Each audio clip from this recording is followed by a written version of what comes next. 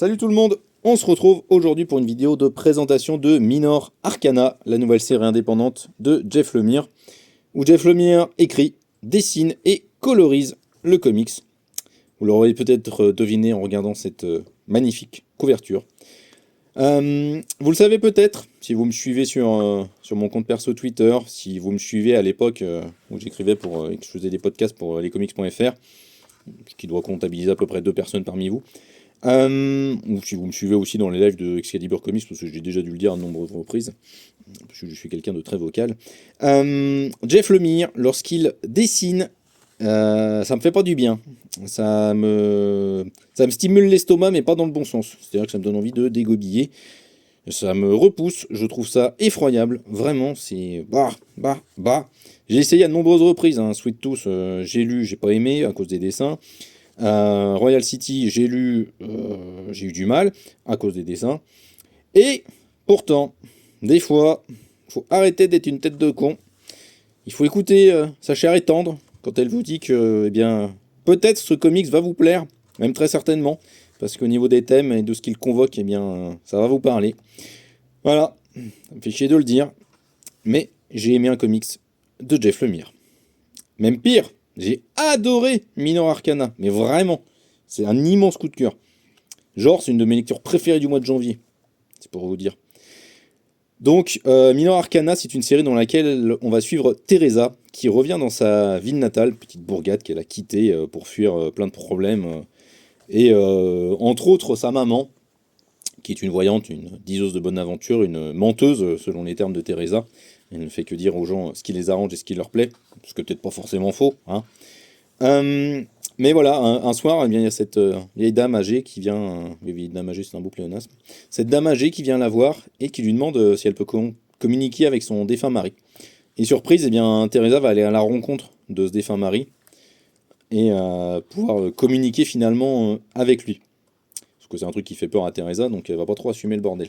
Et donc il y a toute une dimension mystique qui se met en place derrière, avec Teresa qui, en tout cas je suppose, va devenir une espèce de pont entre les vivants et les morts. En tous les cas, être quelqu'un qui va pouvoir aider les autres à soulager leur peine, soulager leur tristesse. Et c'est fait avec une forme de pureté. J'ai même pas envie d'en dire de la sensibilité, parce que là, on est vraiment au-delà de ça. C'est vraiment, je trouve, pur, euh, juste bien fait, bien écrit à chaque fois. On va apprendre au fur et à mesure du tome pourquoi est-ce que Teresa a quitté cette ville, qu'est-ce qui ne lui plaît pas dedans, mais aussi apprendre qui elle est. Et on va avoir un ultime chapitre qui est une forme de flashback sur le grand-père de Teresa. Et bon, on commence à comprendre quelques petits trucs commencent à se mettre en place par petites brides. On est sur du Jeff Lemire classique, mais je sais pas pourquoi. Enfin, si, je sais pourquoi. Mais là, ça a vraiment cliqué pour moi. Euh, Parce que ça parle de cette communication avec les morts, et voilà, moi, c'est quelque chose auquel je crois, en tous les cas, que les morts nous accompagnent dans toute leur. Même dans l'après-vie, qui sont toujours à nos côtés.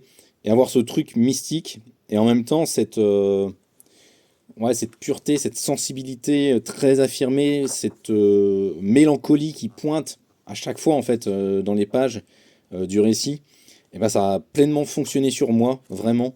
Je me suis pris au jeu, j'ai dévoré le bouquin, et en plus, même si j'aime pas du tout les dessins de Jeff Lemire, vraiment son trait, il me parle pas du tout.